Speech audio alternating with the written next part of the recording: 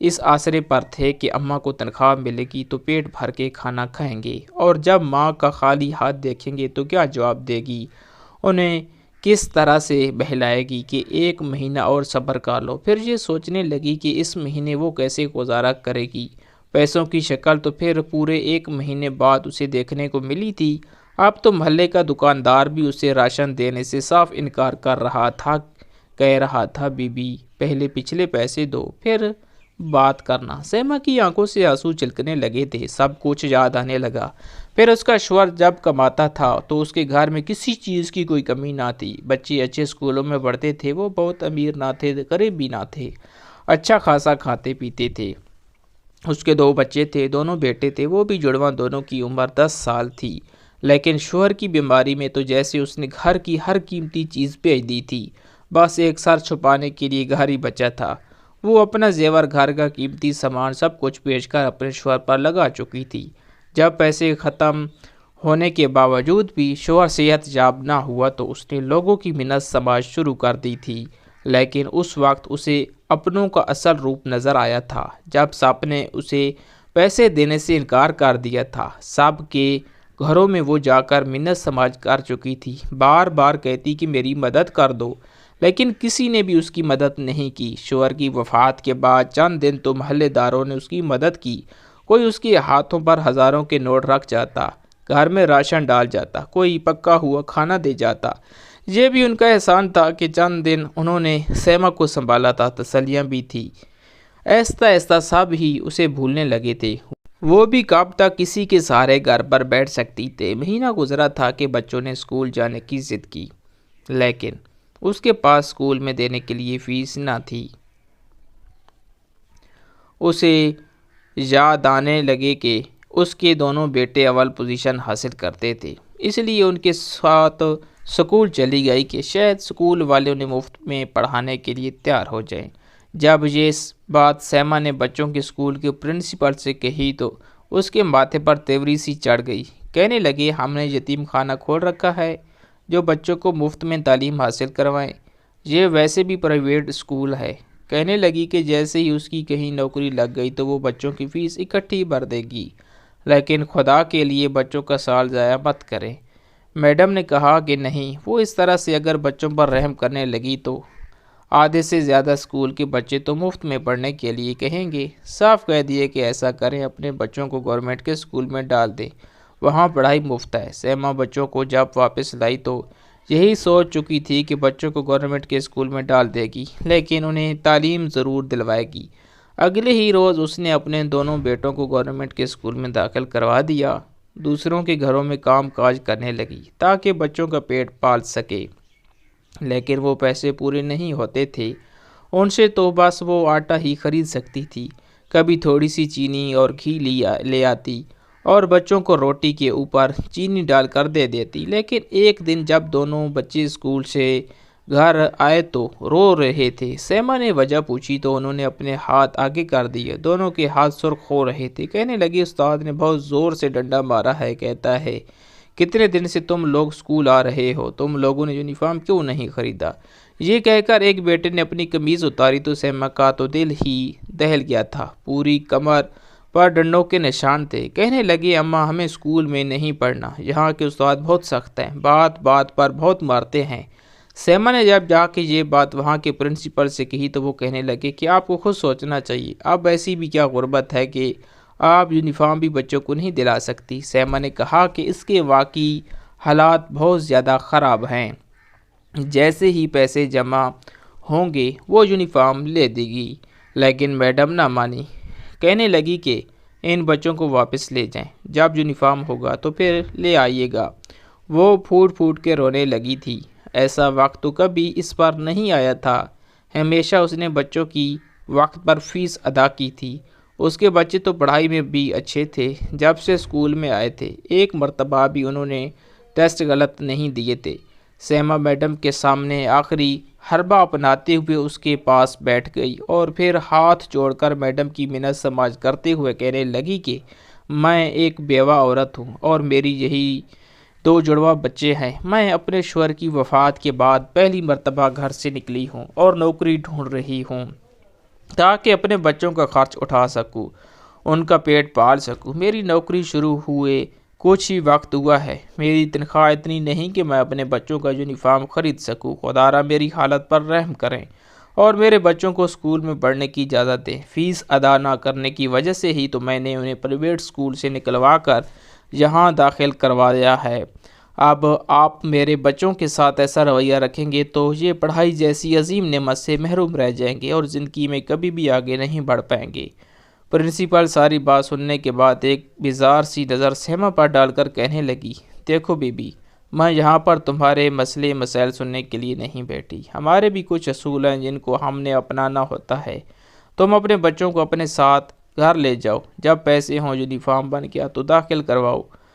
سیما نے جب اپنی اتنی تذلیل سنی تو اپنے دونوں بچوں کو سینے سے لگایا اور افسردگی کے ساتھ ایک نظر پرنسپل پر ڈالتی ہوئی اسکول سے باہر نکل آئی۔ بچے بھی بہت پریشان تھے، بار بار امی سے سوال کر رہے تھے کہ امی، اب ہم کیا کبھی نہیں پڑھیں گے؟ کیا ہمارا داخلہ کسی اور اسکول میں کروائیں گی؟ کیا ہوتا امی جو ہمارے پاس پیسے ہوتے اور ہم بھی یونیفارم پہن کر جاتے؟ پہلے ہی پڑھائی میں اتنا حرج ہو گیا اور اب مزید نہ جانے کب ہمارے یونیفارم بنیں گے۔ بیٹوں کی باتیں سن سن کر تو سیما کی حالت مزید خراب ہوتی جا رہی تھی۔ وہ گھر آئی اور بچوں کو بمشکل تسلی دیتے ہوئے کہنے لگی کہ تم لوگ فکر مت کرو، میں کوئی اور کام ڈھونڈتی ہوں تاکہ زیادہ پیسے کما سکوں اور تم لوگوں کا یونیفارم بھی آ جائے۔ اگلے ہی روز سیما اور گھروں میں جانے لگی اور کام مانگنے لگی، مگر کسی نے بھی اسے نہ رکھا تھا، نہ ہی کسی کو نوکرانی کی ضرورت تھی۔ سارا دن خوار ہونے کے باوجود وہ واپس گھر لوٹی تو بچے پوری امید سے ماں کو دیکھنے لگے، مگر وہ خالی ہاتھ تھی۔ کئی روز تک تو وہ نوکری ڈھونڈتی رہی اور آخر ایک دن اپنے محلے سے نکل کر شہر کی طرف چلی آئی۔ اسے ایک ہوٹل نظر آیا جہاں پر ایک 10-11 سالہ لڑکا برتن مانج رہا تھا۔ برتنوں کی تعداد اتنی تھی کہ وہ اکیلے دھو نہیں پا رہا تھا، تو سیما فوراً ہوٹل کے مالک کے پاس چلی گئی اور جا کر کہنے لگی کہ صاحب جی، میں غریب اور بیوہ عورت ہوں، مجھے کام کے لیے رکھ دو۔ میں آپ کے ہوٹل میں جھاڑو پوچھا کرا دیا کروں گی اور برتن مانج دیا کروں گی، بدلے میں مجھے پیسے دے دیا کرنا۔ مالک نے جب اس عورت کو دیکھا تو پہلے تو فوراً انکار کر دیا، کہنے لگا کہ نہیں، میں کسی عورت کو یہاں پر کام کرنے کے لیے نہیں رکھ سکتا۔ یہاں پر کام کرنے والے ملازم سبھی مرد ہیں، پھر کل کو کوئی اونچ بیچ ہو گئی تو بات مجھ پر آئے گی۔ سیما فوراً ہاتھ جوڑ کر رونے لگی اور کہنے لگی کہ میں مکمل پردے میں رہ کر سارا کام کروں گی، خدا را میری حالت پر رحم کریں، میرے بچے بھوکے ہیں، مجھے کام کی ضرورت ہے۔ اس کے آنسو دیکھ کر مالک کا دل پسیج گیا تو مجبوراً اسے سیما کو اپنے ہوٹل پر برتن دھونے کے لیے رکھنا پڑا۔ سیما کی تو خوشی کی انتہا نہ رہی تھی، وہ شخص سیما کو زیادہ ہی پیسے دے رہا تھا۔ سیما خوش تھی کہ اس ماہ کی تنخواہ سے وہ اپنے بچوں کا یونیفارم تو لے ہی لے گی۔ یوں صبح سے شام تک اسے یہاں پر کام کرنا ہوتا تھا، جو کھانا باسی ہو جاتا وہ مالک سیما کو دے دیتا۔ جس محلے میں وہ رہتی تھی وہاں پر یہ خبر جب عام ہونے لگی کہ سیما تو ہوٹل پر جا کر مردوں کے ساتھ کام کرتی ہے اور وہاں پر برتن دھوتی ہے، تو کئی لوگ باتیں بنانے لگے اور سیما کو برا بھلا کہنے لگے۔ کئی گاؤں کی عورتیں سیما کے گھر بھی آئیں اور کہنے لگی، یہ کیا طریقہ تم نے نکالا ہے کہ تمہیں شوہر کی عزت کی ذرا بھی پرواہ نہیں؟ یہ کہاں ہوٹلوں میں جا کر تم کام کرتی پھر رہی ہو؟ کیا کوئی اور جگہ نہیں ملی تھی؟ سیما نے یہ سنا تو حیرت میں مبتلا ہو گئی۔ پہلے تو خاموشی سے دیکھتی رہی، مگر جب لوگ حد سے زیادہ بڑھنے لگے تو وہ پھٹ پڑی، رونے لگی، کہنے لگی کہ میں کب تک تم لوگوں کے سامنے ہاتھ پھیلاتی رہوں گی؟ کب تک میں تم لوگوں کے دروازوں پر نظریں جمائے رہوں گی کہ کوئی آئے اور ہمیں آٹا سبزی لے کر دے؟ تم لوگ تو اپنے اپنے گھروں میں خوش و خرم زندگی گزار رہے ہو، مگر اور میرے بچوں کا کیا ہم بھوکے رہ رہ کر مر جائیں؟ محلے کا پرچون والا جو ہر طرف سے افواہیں پھیلا رہا ہے کہ میں ہوٹل پر کام کرتی ہوں، کیا آپ نے اسے پوچھا کہ اس نے مجھے آخری مرتبہ سودا کب دیا تھا؟ جب بھی کوئی چیز لینے جاؤں تو یہ کہہ کر انکار کر دیتا ہے کہ پہلے پرانا ادھار چکاؤ، تبھی اور چیزیں ملیں گی۔ جب آپ سب لوگوں نے ہم سے ہاتھ کھینچ لیا ہے تو ہم نے کچھ نہ کچھ تو کرنا تھا، مگر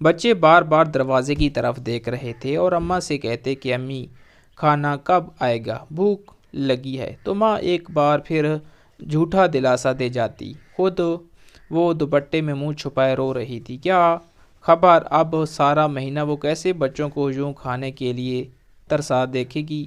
اس کے بچے پانی پی پی کر اپنے پیٹ میں اٹھتے درد کو کم کرنے کی کوشش میں لگے تھے۔ کمزوری اس قدر زیادہ تھی کہ آخر دونوں بچوں ماں کی گود میں سر رکھے ہوئے کھانے کے انتظار میں سو گئے۔ اس بال بچوں کو یوں ترستا دیکھ کر سیما کی سسکیاں نکلی تھی۔ اس نے ایک گہری سانس خارج کر کے آسمان کی طرف دیکھا کہ تبھی دروازے پر دستک ہوئی۔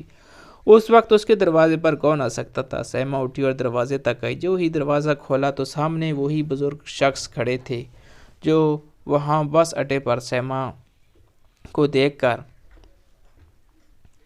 ان کے چہرے پر ایک مسکراہٹ آئی اور کہنے لگی کہ بیٹی میں تمہیں کب سے ڈھونڈتا ہوا آ رہا تھا، خدا کا شکر ہے کہ تمہارا گھر مل گیا۔